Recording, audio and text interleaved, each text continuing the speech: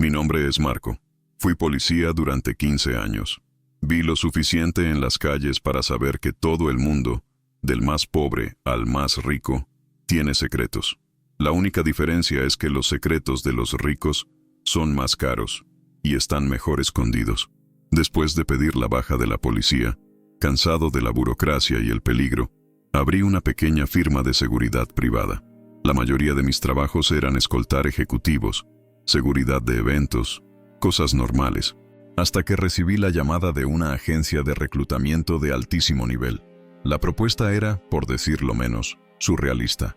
Marco, el cliente es uno de los mayores empresarios del país, dijo la mujer al otro lado de la línea. Necesita un guardaespaldas personal a tiempo completo, discreto, experimentado, preferiblemente con pasado militar o policial.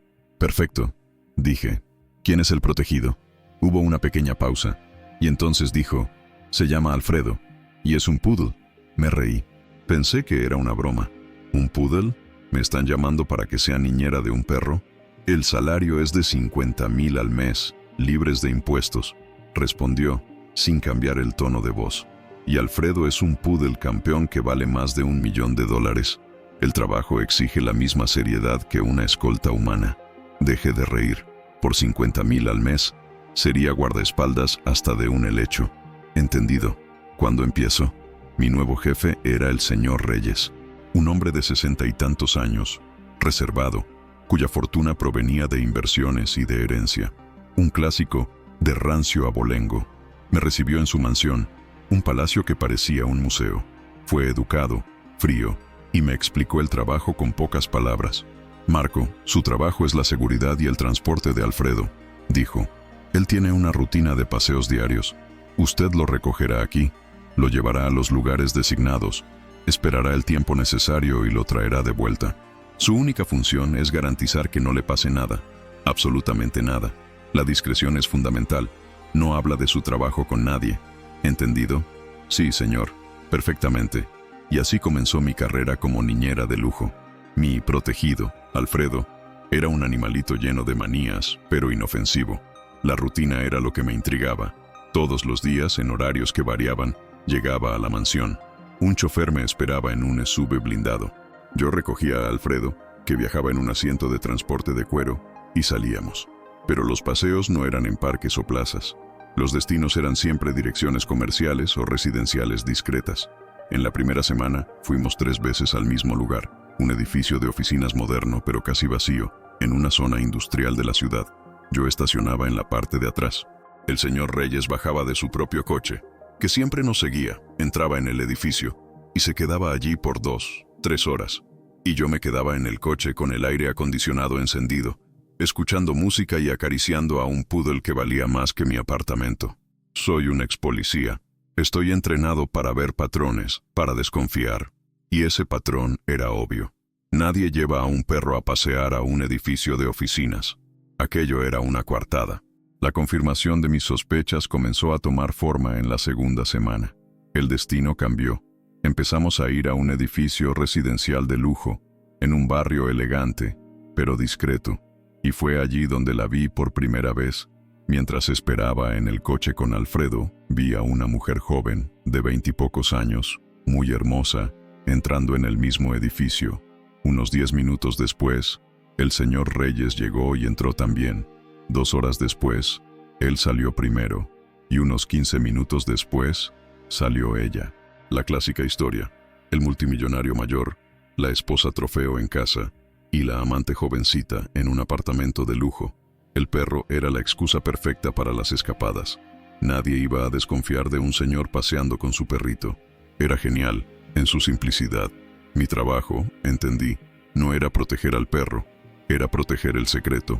Continué haciendo mi servicio, ahora con un cinismo divertido. Era el guardián del romance extramatrimonial más caro del país.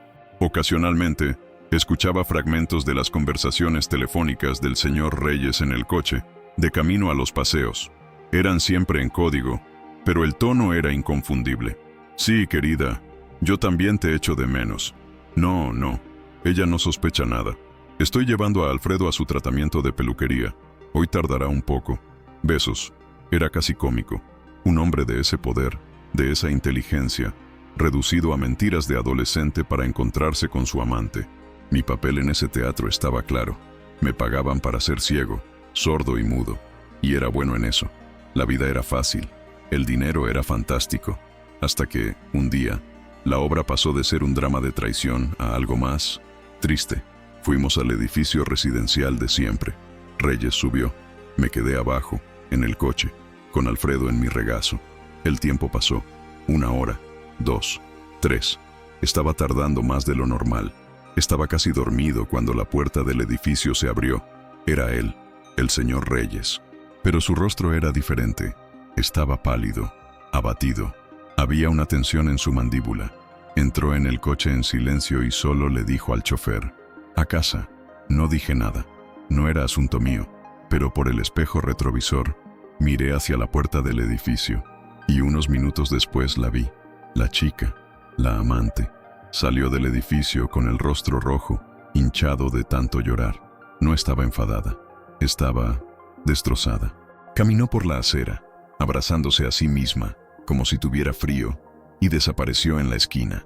Vi la escena y, como buen policía, até cabos. Pelea de pareja. Quizás él había terminado todo. Quizás ella quería más de lo que él podía ofrecer. El drama cliché de toda aventura prohibida. En ese momento, sentí una punzada de lástima por la chica. Y, extrañamente, incluso por mi jefe. Su doble vida parecía estar pasándole factura. Apoyé la cabeza en la ventanilla del coche, viendo pasar la ciudad. La vida de coartada de perro estaba más llena de drama de lo que imaginaba. No estaba allí para proteger al perro. Estaba allí para proteger el secreto. Y el secreto estaba absolutamente seguro. Tenía nombre, apellido y, por lo visto, un corazón recién roto. Creí que había descifrado el código. La vida de los ricos, en el fondo, parecía ser tan predecible como la de los pobres. Traición, mentiras, corazones rotos. La única diferencia es que el escenario era más bonito y el silencio se compraba con un salario mayor. Continué mi trabajo, ahora con la certeza de un veterano. Era el chofer de la limusina del adulterio. Después de esa noche en que vi a la chica llorando, esperaba que los paseos con Alfredo disminuyeran. Quizás el romance había terminado, pero estaba equivocado. El show continuó, solo cambió el teatro. A la semana siguiente, el chofer no tomó el camino hacia el edificio residencial. Fue en una dirección completamente diferente. Nos detuvimos frente a una clínica médica de lujo, de esas con muros altos, jardines impecables y una entrada tan discreta que ni sabrías que estaba allí. Era una clínica conocida por su ala de cuidados a largo plazo, para pacientes que requerían total privacidad. «¿Qué hacemos aquí?», le pregunté al chofer, que por primera vez decidió hablarme. «El tratamiento de peluquería de Alfredo», respondió, sin quitar los ojos del camino. «Es un tratamiento nuevo, importado». Casi me reí. ¿Tratamiento de peluquería en una de las clínicas más caras del país? La excusa era tan pobre que era casi un insulto a mi inteligencia. El señor Reyes llegó, como siempre, en su propio coche. Pero su comportamiento era diferente. Ese aire de conquistador que tenía cuando iba al apartamento de la amante había desaparecido. Ahora parecía agobiado. Había una tristeza en sus hombros, un cansancio en su mirada. Entró en la clínica y, 3 horas después, salió con la misma expresión sombría. Esa se convirtió en nuestra nueva rutina. 3, 4 veces por semana íbamos a la clínica. Me quedaba en el coche, con Alfredo, que dormía tranquilamente en el asiento trasero. Y yo observaba. Mi mente de policía, que nunca se apaga, catalogaba los detalles. Fue durante una de esas esperas que vi algo que no encajaba en mi teoría. Una furgoneta de una empresa de suministros médicos se detuvo frente a la clínica para hacer una entrega.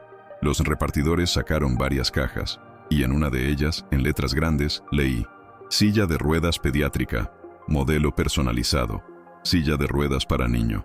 Aquello se me quedó en la cabeza. Por un segundo, mi teoría de la traición no tuvo sentido. Pero mi mente cínica, acostumbrada a esperar lo peor de la gente, rápidamente encontró una nueva explicación, aún más triste. La amante. Quizás no era solo una amante. Quizás tenía un hijo enfermo. Y el viejo multimillonario, en un ataque de conciencia o de obligación, estaba pagando el tratamiento. La historia acababa de volverse más cliché y más trágica. El comportamiento de Reyes comenzó a tener más sentido bajo esta nueva luz. La tristeza, el peso en los hombros, no era el drama de una aventura amorosa, era la carga de una doble vida mucho más complicada. Un día, volviendo de la clínica, estaba más silencioso de lo normal. Miraba por la ventanilla del coche, perdido en sus pensamientos. Y entonces, se giró hacia mí. ¿Usted tiene hijos, Marco?, preguntó, de la nada. La pregunta me tomó por sorpresa. No, señor, nunca tuve. Él suspiró, un suspiro largo y pesado. Es una bendición y una maldición, dijo, más para sí mismo que para mí. Uno haría cualquier cosa por ellos, absolutamente cualquier cosa, aunque el mundo no lo entienda. Aunque tengamos que esconder nuestro propio dolor para protegerlos. Esas palabras no eran de un hombre hablando de una amante, eran de un padre. Y por primera vez, sentí una punzada de empatía por ese hombre. Su vida era mucho más complicada de lo que imaginaba. El momento que destruyó todas mis teorías, sin embargo, llegó un jueves por la noche. El día había sido largo. La consulta en la clínica había durado casi 5 horas. El señor Reyes regresó al coche pareciendo un fantasma. Exhausto, distraído. Fuimos a la mansión en silencio absoluto. Al llegar hice mi procedimiento estándar. Bajé del SUV, abrí la puerta para Alfredo, lo tomé en brazos y se lo entregué a la gobernanta, que ya esperaba en la puerta. El señor Reyes bajó de su propio coche, agradeció a su chofer con un gesto y entró en casa, pareciendo cargar con el peso del mundo. Estaba a punto de subir al coche de mi empresa para irme a casa, cuando el chofer de Reyes me llamó. «Marco, espera», señaló el suelo del SUV donde yo estaba. Al jefe se le cayó el maletín. Miré. Había un maletín de cuero negro caído en el suelo del coche. Su distracción era tal que ni se dio cuenta. «¿Puedes llevarlo a la puerta, por favor?» «No puedo dejar el coche aquí», pidió el chofer. «Sin problemas», respondí. Era parte de mi trabajo, celo y discreción. Tomé el maletín. Mi deber profesional era simplemente entregarlo en la puerta. Pero mi curiosidad, alimentada por meses de especulación y por esas pequeñas piezas que no encajaban, fue más fuerte. De camino a la puerta de la mansión, bajo la tenue luz de un farol del jardín, abrí el maletín. Esperaba encontrar contratos de negocios, o quizás cartas de amor, o documentos de un acuerdo financiero con la madre del supuesto hijo enfermo, pero lo que encontré no era nada de eso. El maletín estaba lleno de dibujos, decenas de dibujos, hechos con lápices de cera, con esa simplicidad y esos colores vibrantes que solo un niño pequeño puede lograr. Dibujos de casas torcidas, de soles sonrientes, de monigotes, y en cada uno de ellos, en la esquina, había una firma en mayúsculas, un poco temblorosas. Leo. Mi corazón dio un vuelco. En el fondo del maletín había un boletín de calificaciones, de una institución de la que nunca había oído hablar, la Escuela Domiciliaria Pineiro. El nombre en el boletín era Leonardo Reyes. La edad indicada era 10 años. Las notas eran medianas en matemáticas, pero excelentes en artes. Y en la línea que decía «Nombre del padre» estaba escrito, sin ninguna duda, Eduardo Reyes. No había amante, no había una aventura.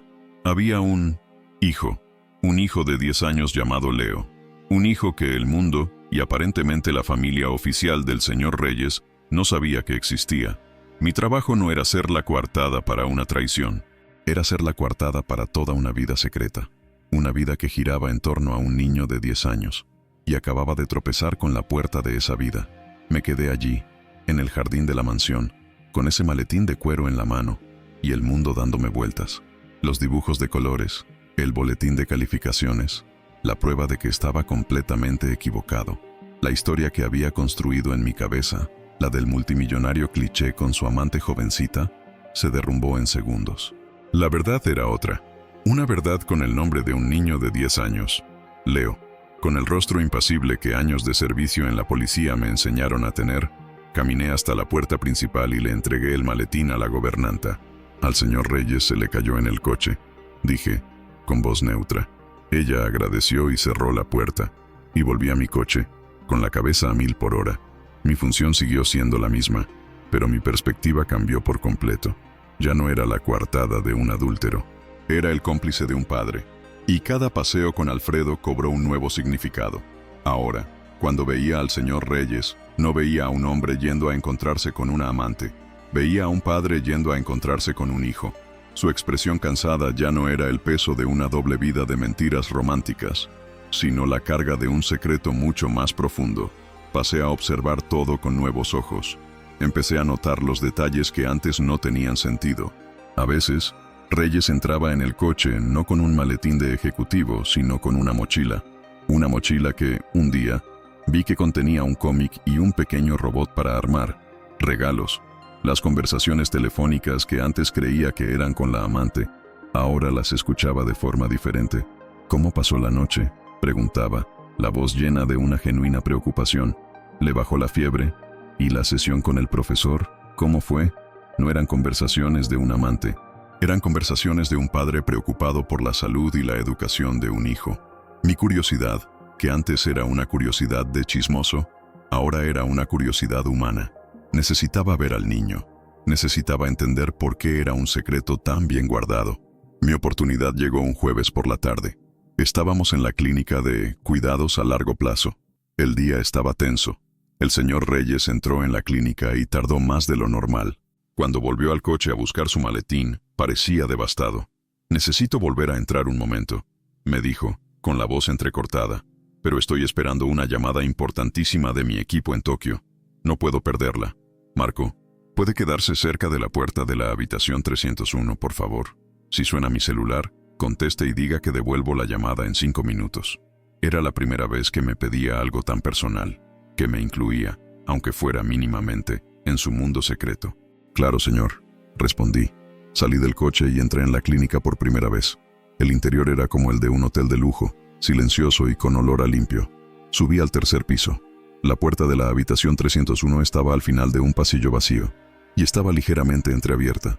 Me posicioné a su lado, como un guardia, pero mi corazón latía como el de un intruso. Luché contra las ganas de espiar, pero fue inútil. Con el máximo cuidado me incliné un poco y miré por la rendija, y lo vi. El niño, Leo, estaba en una silla de ruedas motorizada, en medio de una habitación que era una mezcla de cuarto de niño, sala de fisioterapia y laboratorio. Había barras de apoyo en las paredes, una grúa en el techo para moverlo, y pantallas de computadora mostrando gráficos que no entendía. No estaba jugando como un niño normal. Estaba concentrado, pintando en un lienzo digital con un pincel especial que sostenía con dificultad. Sus movimientos eran lentos, limitados, pero su mirada era brillante, inteligente, enfocada, y el señor Reyes estaba a su lado, arrodillado en el suelo, el todopoderoso multimillonario, de rodillas, limpiando una gota de pintura que había caído al suelo, y mirando a su hijo con una expresión de dolor y de amor tan profundos que tuve que desviar la mirada, sintiéndome un invasor de un momento sagrado. Me alejé de la puerta, con el corazón encogido. La imagen de ese niño, tan frágil y tan fuerte al mismo tiempo, y de su padre, tan poderoso y tan impotente, quedó grabada en mi mente. La pregunta ahora era otra. Ya no era ¿cuál es el secreto? Era ¿por qué es un secreto? ¿Por qué un hombre con recursos infinitos escondería a un hijo como si fuera una vergüenza? La respuesta, o el comienzo de ella, llegó de camino a la mansión. El señor Reyes estaba en silencio absoluto, mirando por la ventanilla. El sol se estaba poniendo, y la luz anaranjada pintaba su rostro, acentuando las líneas de cansancio y de tristeza. En un momento de aparente debilidad, de vulnerabilidad, se giró hacia mí. «Hoy me dijeron», comenzó, la voz un susurro ronco, como si hablara más para sí mismo que para mí, «que la ventana se está cerrando». No dije nada, solo seguí mirando la carretera, dándole el silencio que parecía necesitar. «Su condición es degenerativa», continuó, el secreto escapándose de él como agua por una grieta. «No hay nada que hacer, solo administrar el tiempo que queda, y el tiempo se está acabando». Hizo una pausa, respirando hondo, y entonces la rabia y el desprecio llenaron su voz. «Mi esposa, su familia, usted no tiene idea, Marco. Están obsesionados con la perfección, legado, linaje, sangre pura, una dinastía impecable, un heredero, imperfecto». Escupió la palabra con asco. «Sería una mancha, una vergüenza que no podrían tolerar. Nunca lo aceptarían. Nunca». En ese momento, entendí la profundidad del pozo. la crueldad de ese mundo. El niño no era solo un secreto que el padre eligió guardar. Era una vergüenza a los ojos de esa gente. Y mi jefe, el todopoderoso señor Reyes, uno de los hombres más ricos y temidos del mundo, era, en el fondo, un cobarde. Un hombre con tanto poder para enfrentar mercados y competidores, pero que le tenía más miedo a su propia esposa y a su familia snob que a cualquier otra cosa. No era la coartada de un crimen pasional, era la coartada de un crimen de prejuicio, y el cómplice silencioso de la cobardía de un padre. Después de esa revelación, mi trabajo cambió de nuevo. La rabia y el cinismo que sentía dieron paso a una especie de complicidad silenciosa. Pasé a ver al señor Reyes no como un jefe, sino como un compañero de una misma conspiración. Ambos éramos los guardianes del secreto de Leo. Me convertí en más que un guardaespaldas. Era una muralla. Estaba más atento durante nuestros paseos a la clínica. Observaba cada coche, cada persona en la calle, como si fueran espías de la familia de su esposa, listos para descubrir nuestra trágica farsa. Sentía que estaba protegiendo no solo el secreto de un hombre, sino la dignidad de un niño. Mi relación con Reyes, aunque todavía profesional, ganó una nueva profundidad. A veces, en el silencio del coche, se desahogaba. Hablaba de Leo, de su progreso en la fisioterapia, de la inteligencia del niño con las computadoras. Hablaba con el orgullo y el dolor de un padre que ama a su hijo, pero que se ve obligado a amarlo en secreto. Tiene el cerebro de su madre, dijo Reyes una vez, con una mirada distante. La primera esposa era brillante, pero el mundo no estaba preparado para ella, y no está preparado para él. Aquello solidificó mi lealtad. Estaba de su lado, del lado de ellos, contra el mundo prejuicioso y cruel de la alta sociedad. Entendía su cobardía, aunque no la respetara, y me estaban pagando muy bien por ser su cómplice.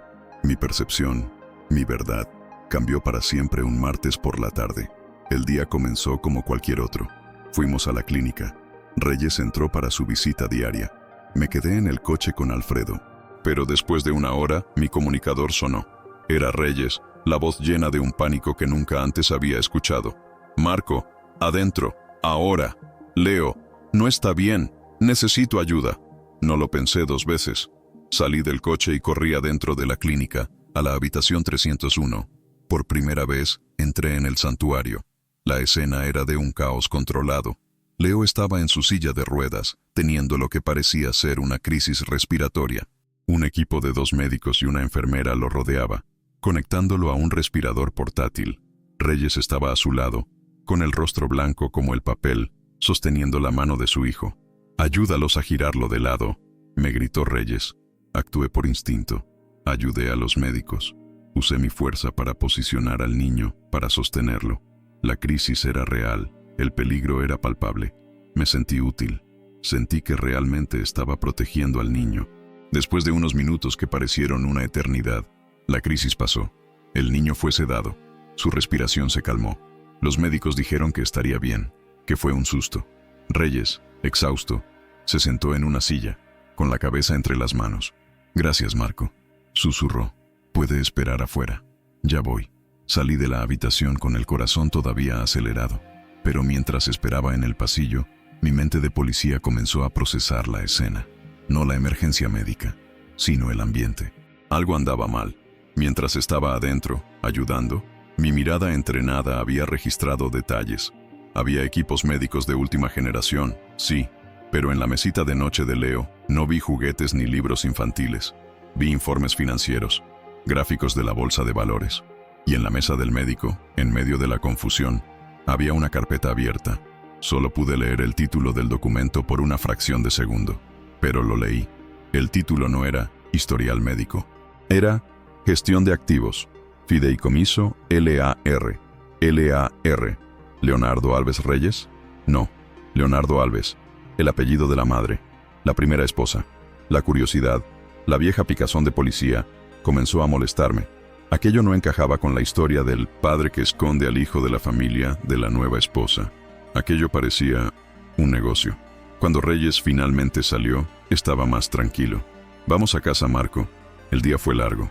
En el camino estaba en silencio. Lo observé por el espejo. No parecía un padre aliviado. Parecía un gestor de fondos que acababa de evitar que un activo valioso colapsara. Esa noche no pude dormir. La imagen de esa carpeta no salía de mi cabeza. Fideicomiso, gestión de activos. Hice algo que nunca debería haber hecho. Algo que puso mi vida en riesgo. Usé un contacto que todavía tenía en la policía. Un tipo que me debía un gran favor. Le pedí algo simple. Una búsqueda en los registros públicos. Quería saber sobre la primera esposa del señor Reyes. La madre de Leo. Quería saber quién era su familia. La respuesta llegó al día siguiente, en un mensaje encriptado, y la verdad que contenía fue un puñetazo en mi estómago. La primera esposa de Reyes no era una desconocida. Era la única hija y heredera de una de las familias más ricas y poderosas de Argentina. Una familia que hizo su fortuna en la minería y que era rival histórica de los negocios de la familia de la actual esposa de Reyes. Ella murió en el parto, al dar a luz a Leo, y su testamento, que era un documento público, era claro. Su gigantesca fortuna se colocaría en un fideicomiso, para ser utilizada exclusivamente en el cuidado y bienestar de su hijo, Leonardo. Reyes sería el gestor del fondo, pero había una cláusula crucial. En caso de la muerte de Leonardo, el saldo restante del fondo, que todavía era de cientos de millones de dólares, no iría para Reyes. Iría íntegramente a instituciones de caridad en Argentina, elegidas por la familia de ella. Me quedé mirando la pantalla de mi celular y todas las piezas del rompecabezas encajaron de una forma nueva y monstruosa.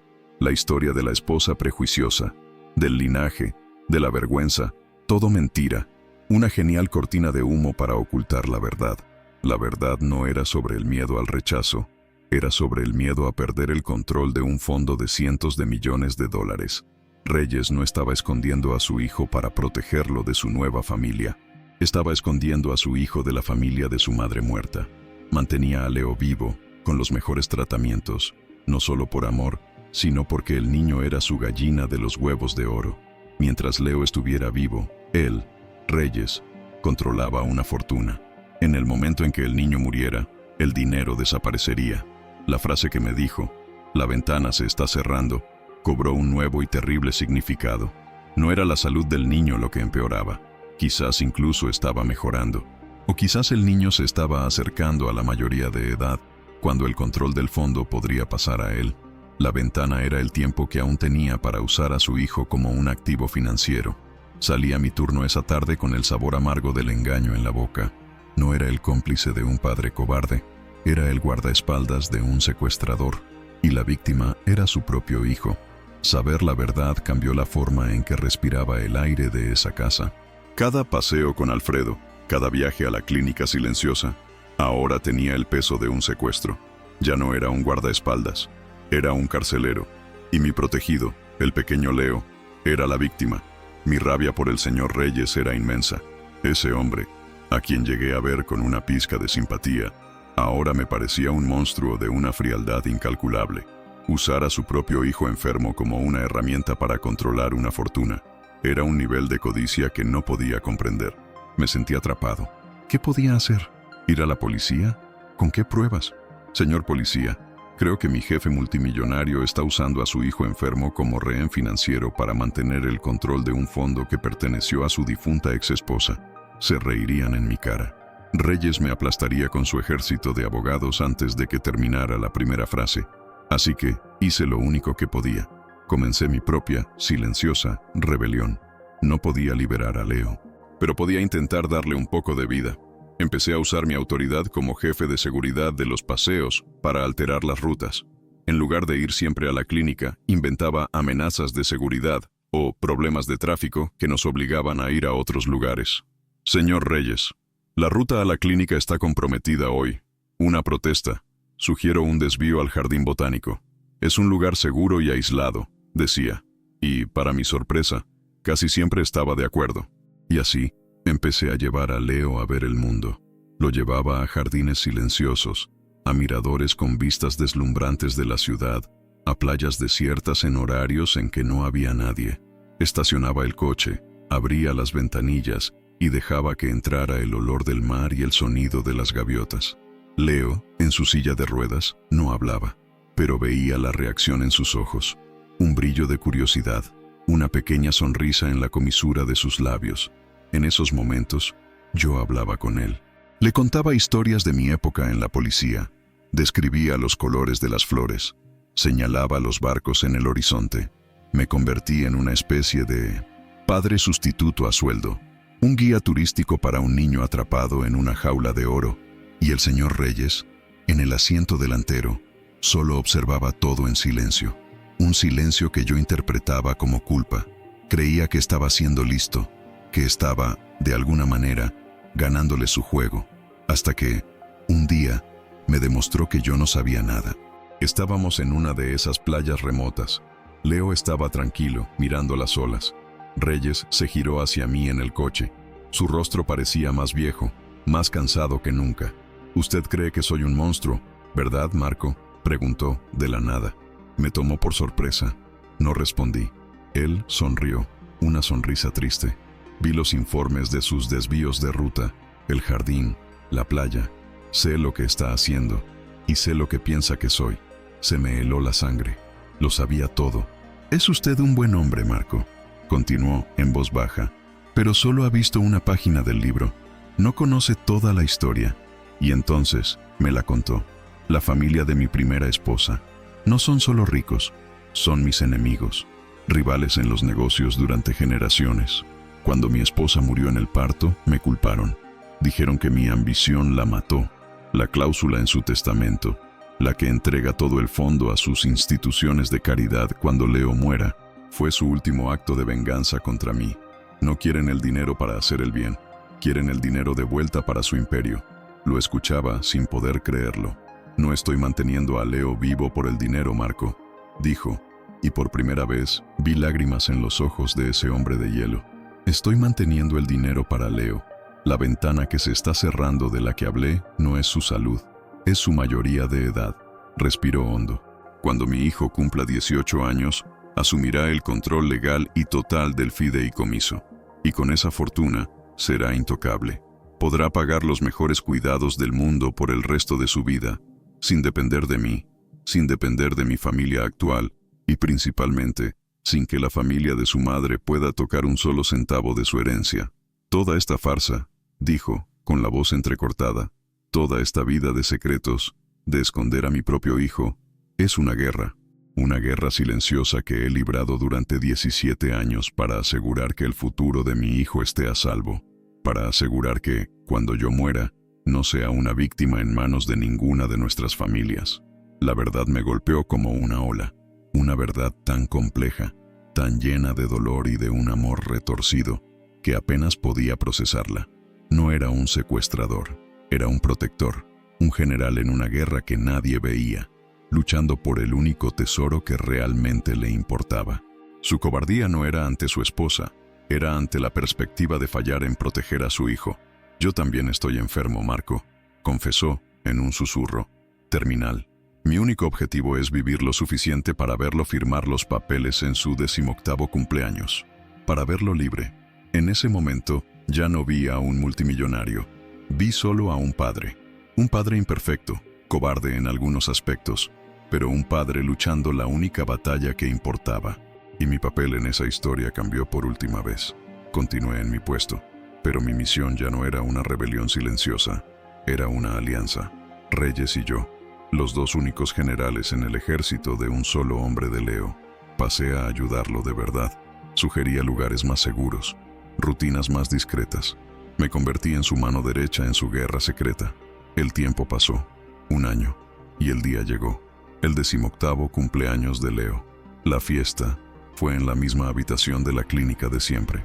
No había globos ni pastel, solo estábamos yo, el señor Reyes, visiblemente más débil y más viejo, Leo en su silla de ruedas, y un equipo de abogados suizos.